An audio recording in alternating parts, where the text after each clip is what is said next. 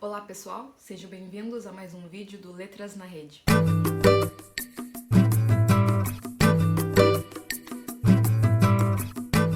Eu vim falar com vocês sobre um assunto que é um dos favoritos da prova do Enem, arte moderna. Nós chamamos de arte moderna as produções artísticas culturais, tanto nas artes visuais quanto na literatura, do período entre em torno do final do século XIX até mais ou menos 1970. Depois de 1970, as produções são consideradas contemporâneas e antes, em torno de 1860, 1850, as produções em vogas eram as realistas e românticas, para situar vocês um pouco nos períodos históricos que a gente está estudando. Com a arte moderna, nosso passeio pela história da literatura chega enfim ao século XX.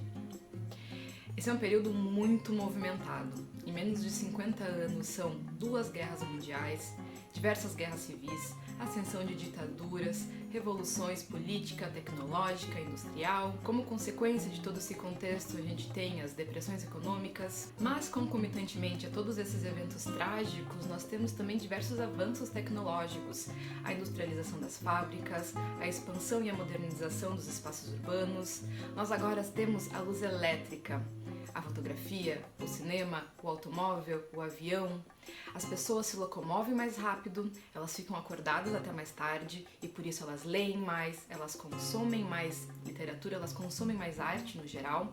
As grandes metrópoles estão se modificando a um ritmo muito acelerado e todos esses eventos possibilitam espaços de criação novos e novas temáticas para as artes. A vida está se tornando mais acelerada, mais movimentada e as artes, como reflexo que são do mundo, também.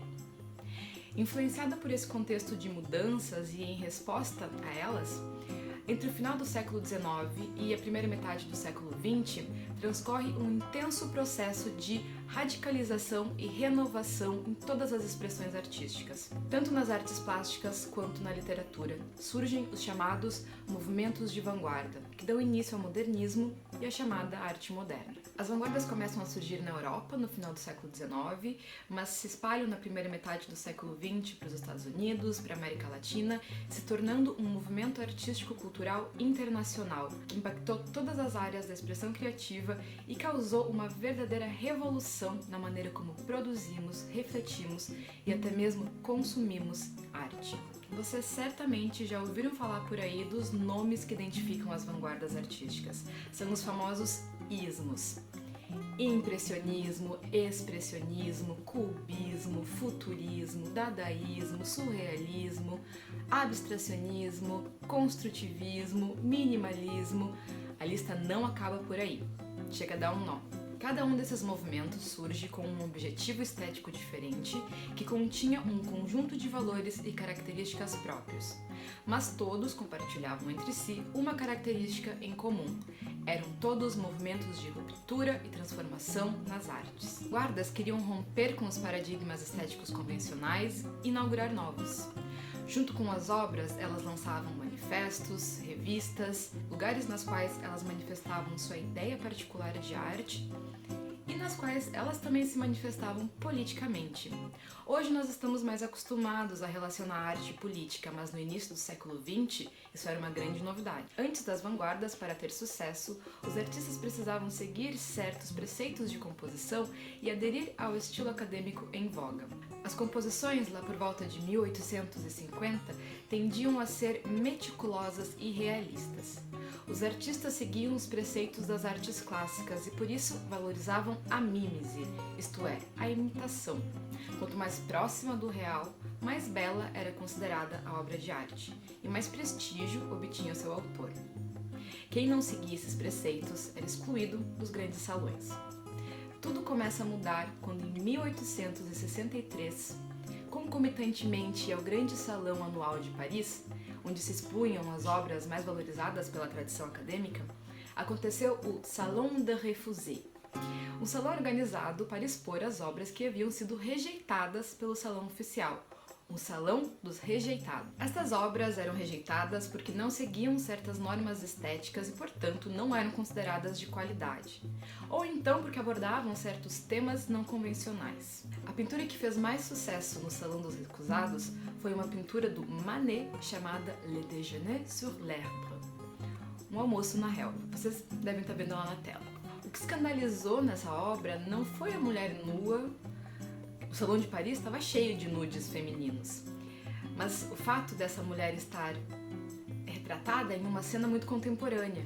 Ela está sentada sobre suas vestes, sua posição e suas formas não são de modo algum idealizadas, mas pelo contrário, ela está naturalmente disposta na cena e ela olha diretamente para o espectador, para quem está observando a obra. Além disso, Manet não tenta esconder as marcas de pincel da pintura, deixando tudo um pouco com uma sensação de inacabado. Tudo isso era muito pouco convencional para o período em que foi exposto. Acontece que essa exposição dos rejeitados, o Salão dos Recusados, fez muito sucesso.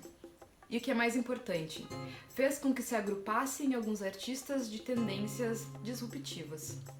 E assim se juntaram os primeiros impressionistas, os primeiros vanguardistas. Para que vocês consigam visualizar as mudanças às quais eu estou me referindo, vamos observar duas obras. A primeira realista, de Jean-François Millet, do ano de 1844, e a segunda de um pintor impressionista, Paul Cézanne, de 1890. Percebam como Cézanne parece não se importar que sua pintura seja muito realista. Não é sua intenção fazer com que ela se pareça com uma fotografia, por exemplo. Ele não precisa, a máquina fotográfica já foi inventada. Seu retrato é muito mais livre na expressão do que o de Millet. É bastante surpreendente quando a gente coloca em perspectiva a mudança pela qual passam as artes nesse período. Vamos ver mais alguns exemplos, agora de autorretratos. Autorretratos dispostos através do tempo, todos eles de artistas impressionistas. O primeiro que vai aparecer na tela é um autorretrato de Edgar Degas, 1855. Um segundo, um retrato de Van Gogh, de 1889.